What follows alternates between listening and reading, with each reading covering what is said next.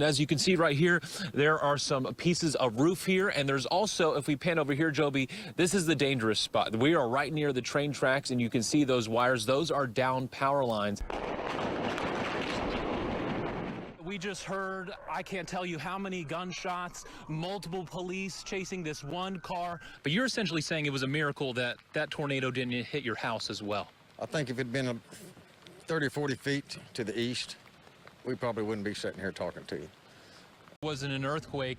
There's debris all over the neighborhood. So definitely neighbors are in shock. There's a lot of prayers going up right now. The Jazz have since left the arena. They were here until around 1 this morning under quarantine. We're here with JB, one of the organizers here, kind of walking with the crowd right now. JB, we're a couple miles down, 100 plus to go. How are you feeling right now? Now you can see the one silo behind me is still standing. It has some damage to the other side of it, but as we walk over here, you can see here's the other silo, and as you can obviously see, it's a crumpled mess on the ground. We are now across the street at these Valor cars, and really, Jimmy, if we can zoom out, this is just the story here. Well, Robin and Lacey, a lot of things have unfolded in these past 10 minutes. They have split this group into 3 separate lines. In fact, restaurants had to do takeout or delivery. Take a look here. By order of Mayor David Holt, and now a family who moved in 2 weeks ago is having to start all over again. When he came back and went through this intersection off 30th and May,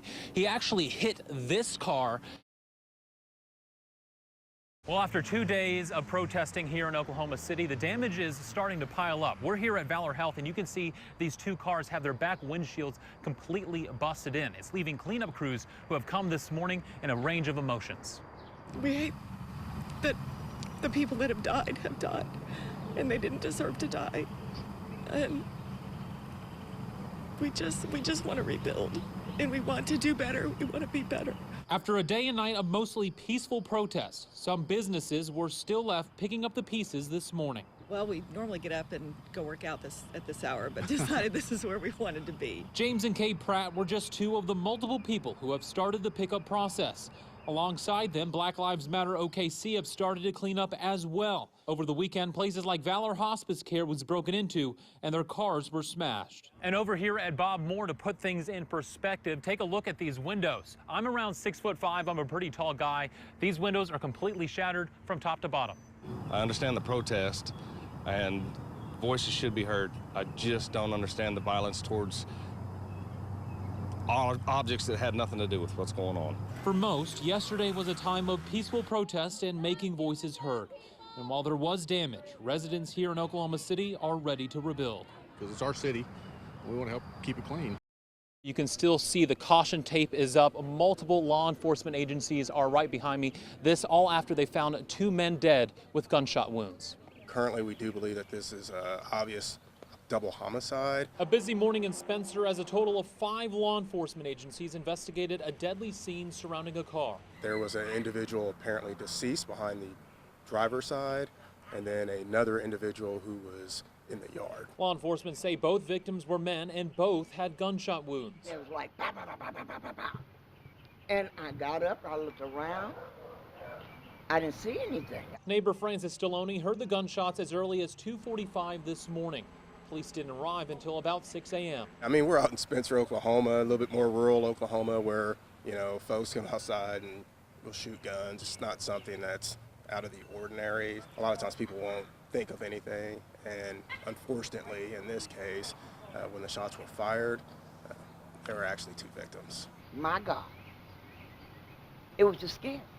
The noise by itself was scary. Right now, there's no information on a suspect, but with yellow caution tape surrounding their homes, neighbors say they're just trying to stay safe. What are the emotions that are going through your head when you see something like this happen? Make you want to go in the house and lock it up. We've spent a lot of time outdoors. That's what we've done mainly since March, is just bicycle riding, scooters, nature walks. Lauren Sorgan is a busy mother of 3. There you go. And since March, she's had all 3 of her kids at home because of COVID-19. You want a skateboard? Okay. All right. But soon the fun in the driveway will have to be put on hold as the kids go back to something they haven't seen since spring break started: school. I think that they're ready to get back to some structure that the classroom provides. Lauren's kids are all in Edmond Public Schools and officially go back on August 20th. She says besides teaching them about the importance of masks, she wants to also make them interesting and fun with cool designs. Well, I think knowing that they have something fun on their faces is a little bit more enticing for them to keep them on. It's really important that children understand why they're masking, and that has to be really adjusted to the age of the child. Casey Hester is a pediatrician at OU Children's Hospital. She says masks can be a tricky issue, especially with children returning to school. It needs to be normalized by the family. And so the first thing, kids are always going to follow their family. They're going to follow their parents as role models. Go, Nash, go! Lauren is spending the last few weeks with her kids before returning to school. Tips and tricks aside, she wants her kids to know why the simple covering of their face can be such a big deal and to wear it with a good attitude. First rule is when we put them on, we wear a smile behind them. In Edmond, Come on, buddy. Caleb Califano, Oklahoma's own News 9.